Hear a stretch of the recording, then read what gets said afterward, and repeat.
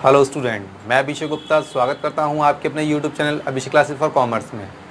Share की series में हम लोगों ने last time meaning of share, types of share, issue of share, काफ़ी कुछ डिस्कशन किया था। आज उसी सीरीज़ को आगे बढ़ाते हुए हम आपके साथ एक क्वेश्चन और डिस्कस करेंगे। लेकिन क्वेश्चन को डिस्कस करने से पहले मैं एक बार चाहता हूँ पुराना एक बार हम रिवाइज़ कर लें कि हमने लास्ट टाइम क्या क्या किया था। देखिए 5 मिनट पुराना पूरा पहले रिवाइज़ कर लेते हैं। सबसे पहली बात आती है शेयर, टाइप्स ऑफ शेयर।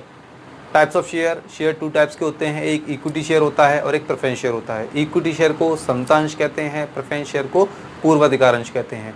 इन दोनों शेयर पर, इक्विटी पर भी और प्रेफरेंस शेयर पर भी, दोनों शेयर्स पर होने वाली इनकम को हम क्या कहते हैं? डिविडेंड, लाभांश कहते हैं। ठीक, नेक्स्ट आगे हमने डिस्कस किया था उस पर इशू ऑफ शेयर पर। शेयर 3 तरीके से इशू होता है। पहला at par, at premium, at discount. ठीक है, एट पार का मतलब होता है 10 रुपये वाला शेयर 10 पर, मतलब शेयर की जो एग्जैक्टली वैल्यू है उसी वैल्यू पर इशू कर देना। एट प्रीमियम, जितनी उसकी वैल्यू है उससे कुछ ज़्यादा, लाइक एग्जाम्पल 10 का शेयर है 12 पर इशू कर दिया। ठीक है, डिस्काउंट आपके सिलेबस में से डिलीट हो गया है, लेकिन फिर भी हम उस पर डिस्कस कर रहे हैं क्योंकि अगर इन फ्यूचर अगर आपको पढ़ाना पड़े तो आपके लिए हेल्पफुल रहे। तो डिस्काउंट में था शेयर की एग्जैक्ट वैल्यू से 10% कम या 9%, मैक्सिमम 10% तक कम कर दे उसकी फेस वैल्यू से इशू करना। ठीक है, हमने उनकी कॉल्स भी डिस्कस की थी, application, allotment, first call, second call और फाइनल कॉल। ठीक है, तो इतना कुछ हमने डिस्कस कर लिया था। चलिए अब हम बात कर लेते हैं क्वेश्चन की, क्योंकि जब तक हमको ये पुरानी चीज़ें एक बार भी रिमाइंड नहीं होंगी, हमको नहीं आती होंगी, तब तक हम क्वेश्चन को नहीं कर सकते। जितना ये चैप्टर दिखने में सिंपल है उतना ही वो टफ है, क्योंकि इसमें बहुत बातें ऐसी हैं जो हिडन हाइड रहती हैं, आपको उसे समझना पड़ेगा। और मैं इसलिए इस बात पर फोकस कर रहा हूँ क्योंकि ये चैप्टर बहुत इंपॉर्टेंट है 12th क्लास के पॉइंट ऑफ व्यू से, बिकॉज ये ही अकेला चैप्टर आपको 12 से 20 मार्क्स गेन कराता है। और बीकॉम थर्ड ईयर में तो 110% ये चैप्टर कॉर्पोरेट अकाउंटिंग में आता है और लॉन्ग में आता है। शॉर्ट में आने के भी चांसेस हैं, लेकिन लॉन्ग में आने के चांसेस ज़्यादा होते हैं। तो इसलिए चाहे वो 12th क्लास हो, यूपी, सीबीएसई, आईएससी, कोई भी बोर्ड हो, और बीकॉम थर्ड ईयर, इन दोनों ही क्लास के लिए मोस्ट इंपॉर्टेंट चैप्टर है। ठीक है, अगर आप लोगों ने मेरी फर्स्ट वीडियो को नहीं देखा है तो उसका लिंक मैं डिस्क्रिप्शन बॉक्स में डाल दूंगा, और प्लीज़ उसको पूरा देखें ताकि आपको ये समझ में आए। और उससे रिलेटेड आपके लिए कोई प्रॉब्लम हो, आपके पास कोई प्रॉब्लम हो, कोई चीज़ अगर आपको समझ में नहीं आ रही हो तो उस पर कमेंट करिएगा, मैं आपको इस बारे में समझा दूंगा। अभी भी हम लोगों ने शेयर पर पूरा डिस्कशन नहीं किया है, स्टेप टू स्टेप हम उसको डिस्कस करेंगे, क्योंकि अभी इसमें फॉर फीचर रह गया है जो कि बहुत इंपॉर्टेंट टॉपिक है। नेक्स्ट आपका रह गया रीइशू, रह गया है एक प्रोराटा। ये 3 टॉपिक अभी भी रह गए हैं और जो कि बहुत इंपॉर्टेंट है। अभी हम फॉर फीचर, रीइशू और प्रोराटा से रिलेटेड कोई भी क्वेश्चन नहीं कर रहे हैं, इसलिए उसको भी नहीं समझें, क्योंकि एक साथ सारा चीज़ समझ लेने से प्रॉब्लम आती है। ठीक है, तो अब चलिए बहुत हो गई बातें, अब आ जाते हैं क्वेश्चन पर। क्वेश्चन आपके सामने है और मैं भी क्वेश्चन को पढ़ देता हूं। क्वेश्चन क्या बोल रहा है? Z limited was registered with an authorised capital of ₹60 lakh divide in 60,000 equity share of ₹100 each. देखिए इस लाइन का आपके क्वेश्चन से कोई कनेक्शन नहीं है। ऑथोराइज्ड कैपिटल, देखिए टाइप्स ऑफ कैपिटल होती है, authorised capital, issued and subscribe capital, called up capital, paid up capital. हर किसी कैपिटल का अपना अपना मीनिंग है। जैसे जैसे वो आती जाएंगी वैसे वैसे मैं आपको समझाता जाऊंगा। जैसे कि पहली है ऑथोराइज्ड कैपिटल। ऑथोराइज्ड कैपिटल का हिंदी में मतलब होता है अधिकृत पूंजी, मतलब कंपनी कितने रुपए से रजिस्टर्ड हुई है, कितने रुपए से रजिस्टर्ड हुई है। इसका मतलब ये भी है कंपनी 60 लाख रुपए तक का बिजनेस कर सकती है एक साल में। हाँ, थोड़ा सा एग्जाम्पल से लेते हैं। सपोज करिए आपकी जेब में 100 रुपये हैं, आप खर्च केवल 30 रुपये कर सकते हैं, तो जो 100 रुपये हैं वो आपकी ऑथोराइज्ड कैपिटल है। मतलब आपकी पॉकेट में पैसा कितना है? 100 रुपये। आप 100 से ज़्यादा एक्सपेंडिचर नहीं कर सकते। ठीक, लेकिन आप उसमें से खर्च कितने कर पा रहे हैं, एक्सपेंस कितना कर पा रहे हैं? 30, तो वो आपकी इशूड कैपिटल है। पूरा क्वेश्चन इशूड कैपिटल से मतलब रखता है, ऑथोराइज्ड कैपिटल से इस जर्नल एंट्री में कोई काम नहीं आता कभी भी, किसी भी क्वेश्चन में। वो बैलेंस शीट में जाता है, वो भी बहुत माइनर सा जाता है, जब बैलेंस शीट सीखेंगे तब करेंगे उसको। तो Z Limited was registered with an authorized capital of rupees 60 lakh divide in 60,000 equity share of 100 each. 60 lakh रुपए की उसकी ऑथोराइज कैपिटल थी, जो कैसे कैसे डिस्ट्रीब्यूट थी, 60,000 इक्विटी शेयर थे ऑफ रुपीज़ 100 ईच, मतलब 60,000 इक्विटी शेयर थे और एक शेयर की वैल्यू 100 थी। ठीक है, ध्यान रखिएगा एक बात पर, वो इक्विटी शेयर बोल रहा है, तो आपको जहाँ जहाँ आप एंट्रीज में रिसीव और ड्यू वाली जो एंट्री हमने बताई थी आपको, जहाँ जहाँ शेयर आएगा आपको वहाँ वहाँ इक्विटी लिखना मस्ट है। अगर आप इक्विटी नहीं लिखते हैं तो आपके मार्क्स 100% कटेंगे। क्वेश्चन में अगर प्रेफरेंस शेयर दिया गया है तो प्रेफरेंस शेयर लिखेंगे, और अगर कुछ नहीं दिया है तो ना इक्विटी लिखें ना शेयर प्रेफरेंस शेयर लिखें, आप ओनली शेयर लिखेंगे। ठीक है, तो ये डिपेंड करता है क्वेश्चन पर। Company issued 25,000 equity share at a premium of 20 पर शेयर। उसने ये भी बोल दिया कि कंपनी कितने शेयर इशू करती है, 25,000। हमें इससे मतलब है, देखिए सबसे पहले टेबल बना लेते हैं। अगर हमने टेबल एक बार बना ली तो इस क्वेश्चन की कोई ज़रूरत नहीं पड़ेगी। कंपनी ने कहा था कि 25,000 equity share of rupees 100 each at a 20 rupees premium, मतलब क्वेश्चन में साफ साफ बोल दिया था कि कंपनी ने 100 रुपये वाला एक इक्विटी शेयर इशू किया, उसने 20 रुपये प्रीमियम के लिए, तो कंपनी ओवरऑल कितना ले रही होगी, 120। क्लियर। चलिए, अब ये तो बात क्लियर हो गई कि कंपनी ने 20 रुपीज़ प्रीमियम पर इशू किया है। अब कैसे कैसे मांगा है उसने पेमेंट, हाँ, share payable as follow 30 on application. कंपनी ने 30 रुपये एप्लीकेशन पर मांगे, ठीक है। 45 ऑन अलॉटमेंट इंक्लूडिंग प्रीमियम, ये कंफर्म बोल दिया कि 45 रुपीज़ अलॉटमेंट पर, और इस 45 में प्रीमियम इंक्लूड है। तो भाई प्रीमियम कितना पड़ा था, 20, तो ये तो हो गया 20 प्रीमियम। अगर इस 45 में से 20 को मैं लेस कर लूँ तो एग्जैक्ट अलॉटमेंट की सॉरी अलॉटमेंट की प्राइस आ जाएगी 25। ठीक, ये ध्यान रखना बहुत ज़रूरी है कि 45 की टोटल अलॉटमेंट थी, जिसमें से प्रीमियम था 20 का, तो रिमेनिंग जो बचा वो अलॉटमेंट की एग्जैक्ट प्राइस होगी। Next, 20 on first call and 25 second and final call. उसने क्वेश्चन में सेकेंड एंड फाइनल कॉल को मर्ज कर दिया है, ये हो गया। ठीक है, फिर उसने बोला all share were subscribe and all the money was duly receive.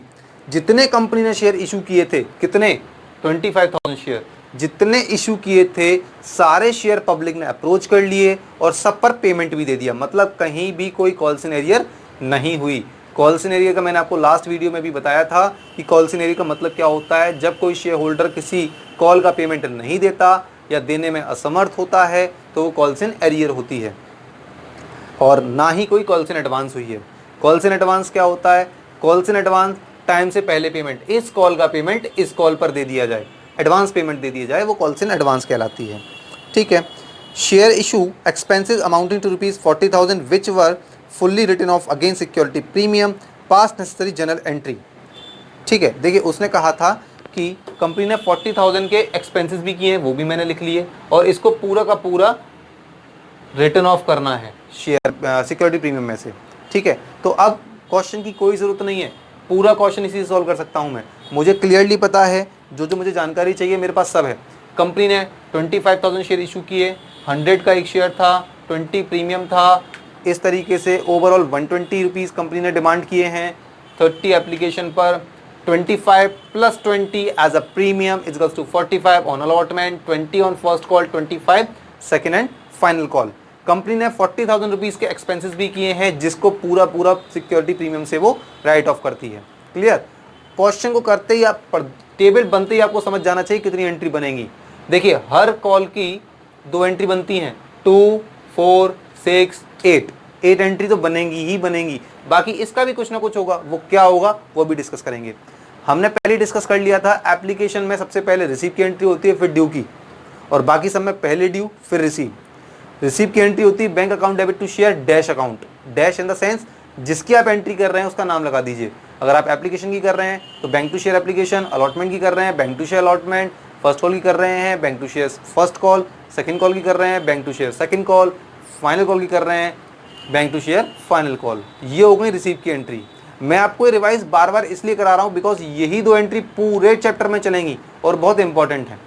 और ड्यू की एंट्री की अगर बात करें, share dash account debit to share capital, मतलब जिसका आप कॉल की एंट्री कर रहे हैं उसका नाम लगा दीजिए। Like example, share application to capital, share allotment to share capital, share first call to share capital, share second call to share capital, share final call to share capital.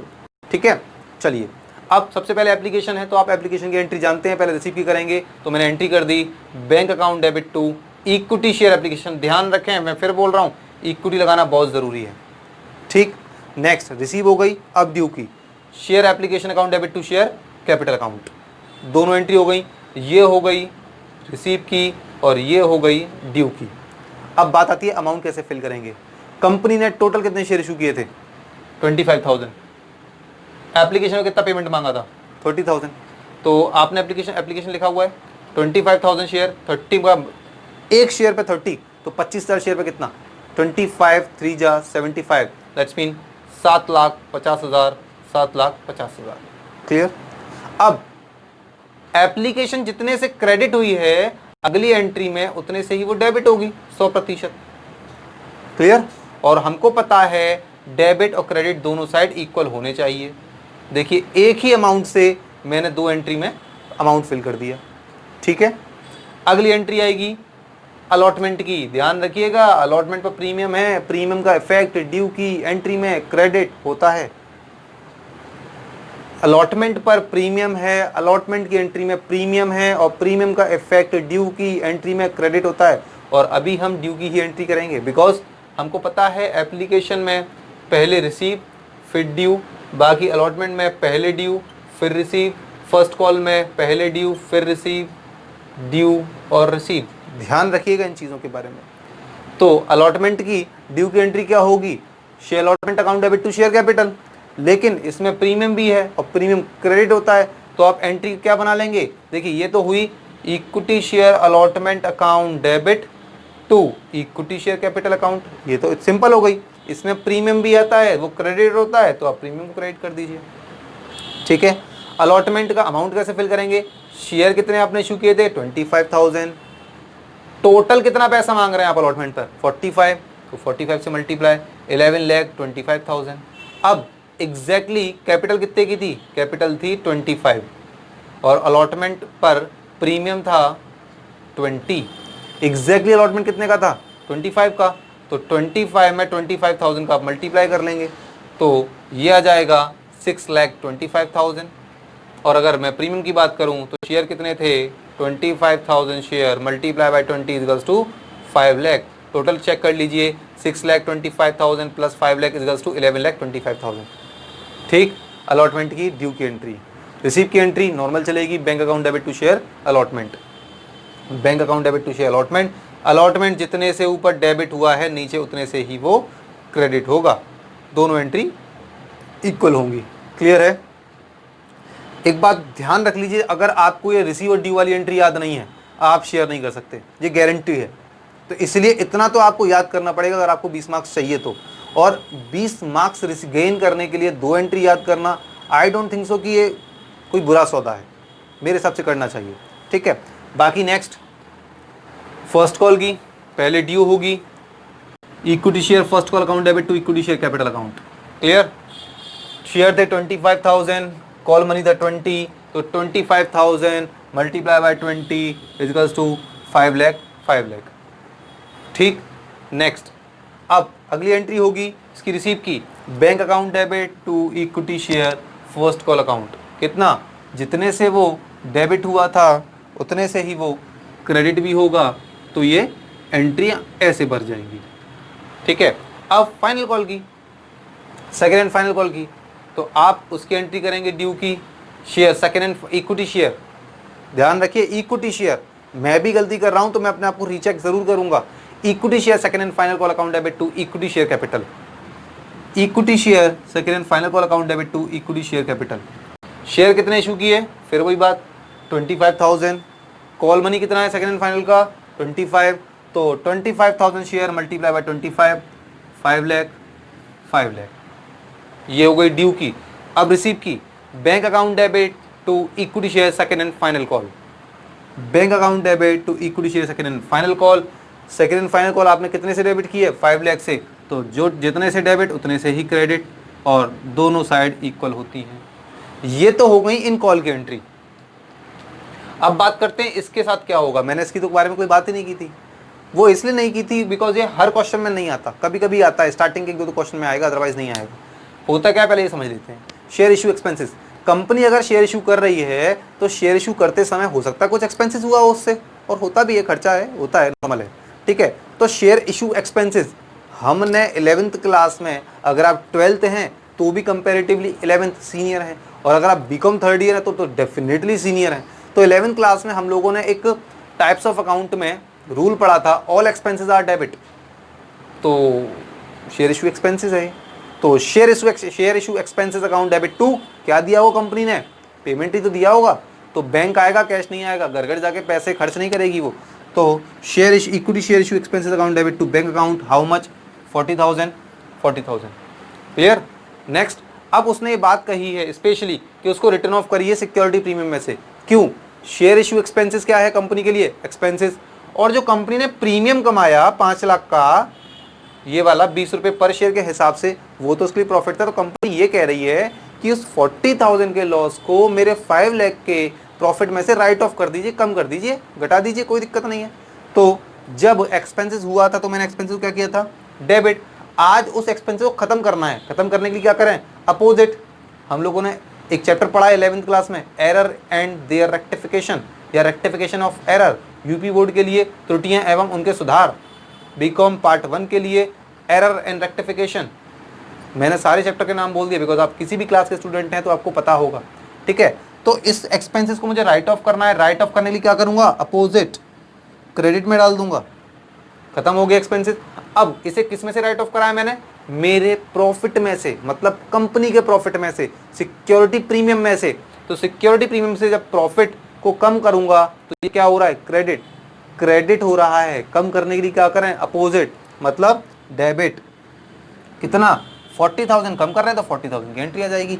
Narration, being expenses paid for issue of share, being expenses written off from security premium, ठीक।